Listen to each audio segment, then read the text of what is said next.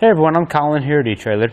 Today we have a 2014 Jeep Grand Cherokee. We're going to do a test fit of the Thule Camber 4 bike rack. This is a hanging style rack that allows you to transport 4 bikes to and from your destination. It's going to have very nice spacing between the bikes. It's going to help prevent a lot of bike-to-bike contact. Each bike is going to be held in at 3 different points. We're going to have 2 straps on the top tube right here. One of them towards the handlebars and the other one towards the seat. The third point of contact is going to be the anti-sway cradle with a strap around it.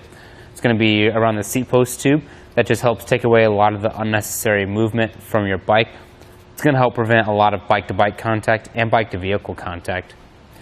Let's go ahead and take the bike off. The straps operate like a lot of other ones out there on the market. You just push the tab down, the strap comes up and out.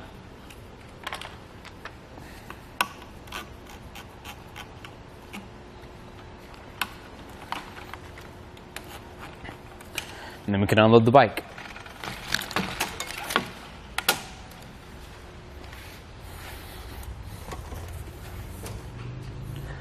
When I'm done unloading my bikes, I always like to go ahead and replace my straps. Just gives it a more uniform look, and your straps won't be kind of flopping around a lot.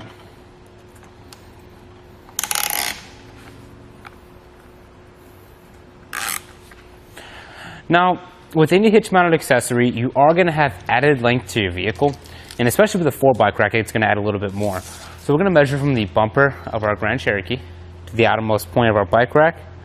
We've added on about 44 inches to the back of our Grand Cherokee.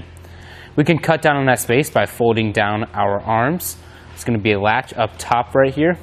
Going to pull that, let the arms fold down until you hear the loud click, letting you know it's locked back into place.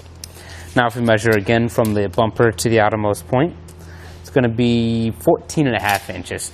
So we took off a good amount of space. This is something you want to keep in mind for any close quarter situations, like if you want to park in your garage and you don't want to remove your bike rack.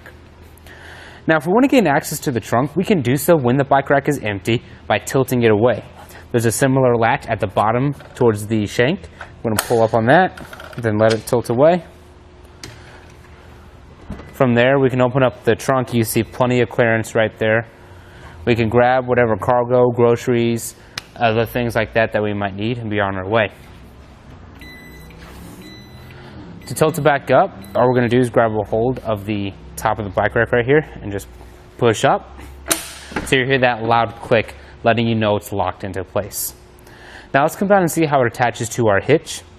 We're going to have a 2-inch by 2-inch hitch receiver on our Grand Cherokee. We have an anti-rattle bolt right there that takes away the shake and play from our bike rack, even when we're traveling at high speeds. If you have another vehicle in your household which has an 1.25-inch receiver, you can take off this sleeve, which converts that shank to be compatible with 1.25-inch hitches. Well, thank you all for watching. That's going to do it for our test fit of the Thule Camber 4 bike rack on our 2014 Jeep Grand Cherokee. Here on our test course, we'll start by going through the slalom. This is going to show us the side-to-side action. This simulates turning corners or evasively maneuvering.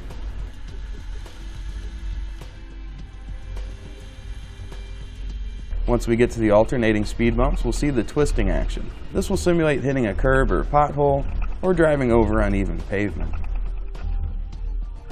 Once we get to the full speed bumps, we'll see the up and down action. This will be just like driving in and out of a parking lot, parking garage, or driveway.